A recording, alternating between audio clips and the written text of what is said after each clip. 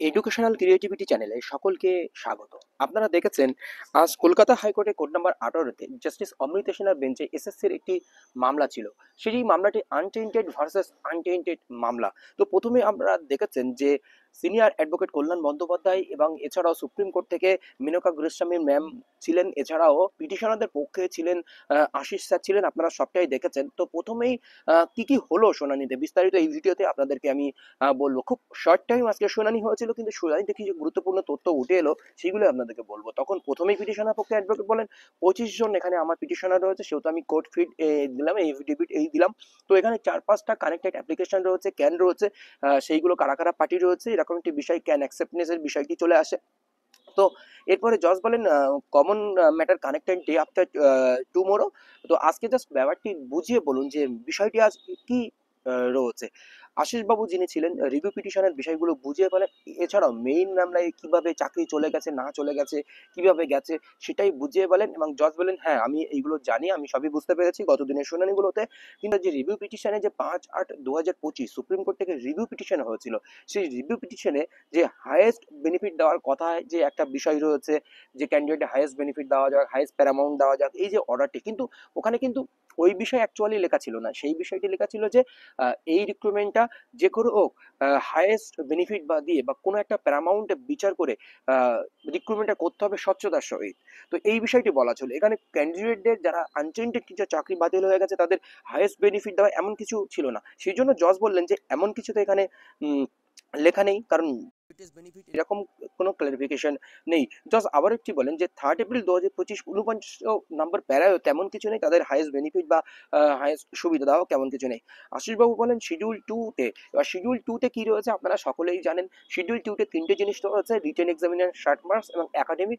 একাডেমিকের মধ্যে দুটো পার্ট রয়েছে, এডুকেশন অ্যান্ড কোয়ালিফিকেশন আর হচ্ছে পেরিয়ার টিচিং এক্সপিরিয়েন্স, সেই বিষয়টি বুঝিয়ে বলেন। তারপরে উনি বলেন যে 9, 10 ও 11, 12 ক্ষেত্রে যে প্রাইম টিচিং এক্সপিরিয়েন্সের নাম্বার, যে 9-10 টিচাররা পড়াচ্ছে, 11-12 টিচাররা পড়াচ্ছে, এরকম ধরনের বিষয়। কিন্তু আজকের যে মূল বিষয়টি ছিল যে পিজি টিচারদের মামলা, বিশ্বজিৎ বিশ্বাস উনি করেছিলেন, উনি একজন হিস্টোরিক টিচার। তো উনি করেছিলেন যে 9-10 টিচার যারা পড়ান তারা 11-12 কেন সুযোগ সুবিধা পাবে বা 10 মার্কস পাবে। তো এইটা বিষয় কিন্তু উনি আজ ম্যাটারটা কিন্তু খুব একটা ভালো করে বোঝাননি, যে আসল ম্যাটার নাই। তো আপনারা দেখেছেন যে কল্যাণ বন্দ্যোপাধ্যায় উনি বলছিলেন যে আসলে তো এই ম্যাটার না, এরকম একটি মানে বিরক্ত প্রকাশ করছিলেন যে এই ম্যাটার নিয়ে একই তো জিনিস বারবার বলছে। জাস্ট বলছিলেন যে 12 তারিখে ওই ম্যাটার আছে, ওই দিন আমরা সব শুনবো। তারপরে আমরা দেখেছিলেন যে আশিস বাবু যিনি পিটিশনারদের পক্ষে দাঁড়িয়েছিলেন, তিনি বলেন যে অলরেডি টিচাররা পড়াশোনা করছেন, পড়িয়েছেন দীর্ঘদিন ধরে, তাদের আবার টিচিং ডেমনস্ট্রেশনের জন্য পুনরায় আবার টিচিং ডেমনস্ট্রেশন কেন দিতে হবে, এরকম একটি বিষয় কিন্তু দাঁড়ায়। তো এই বিষয় জাজ বলেন rules rules is already under challenge in supreme court. Supreme কোর্টের রুলস অলরেডি চ্যালেঞ্জ হয়েছে। তার মানে আপনারা বুঝতে পারছেন যে 10 নম্বরের যে বিষয়টি রয়েছে, সেই 10 নম্বরের বিষয়টি কিন্তু টিকে যাবে। যে গত বৃহস্পতিবার যে মামলাটি হয়েছিল, সিনিয়র অ্যাডভোকেট বিকাশ রঞ্জন ভট্টাচার্য লড়েছিলেন, সেখানে কিন্তু 10 নম্বরে চ্যালেঞ্জ হয়েছিল। অরুণয় মামলার মামলায় বা অন্য অন্য মামলায় সুপ্রিম কোর্ট হস্তক্ষেপ করেছেন, জজ কিন্তু এটা স্বীকার করে নিয়েছেন।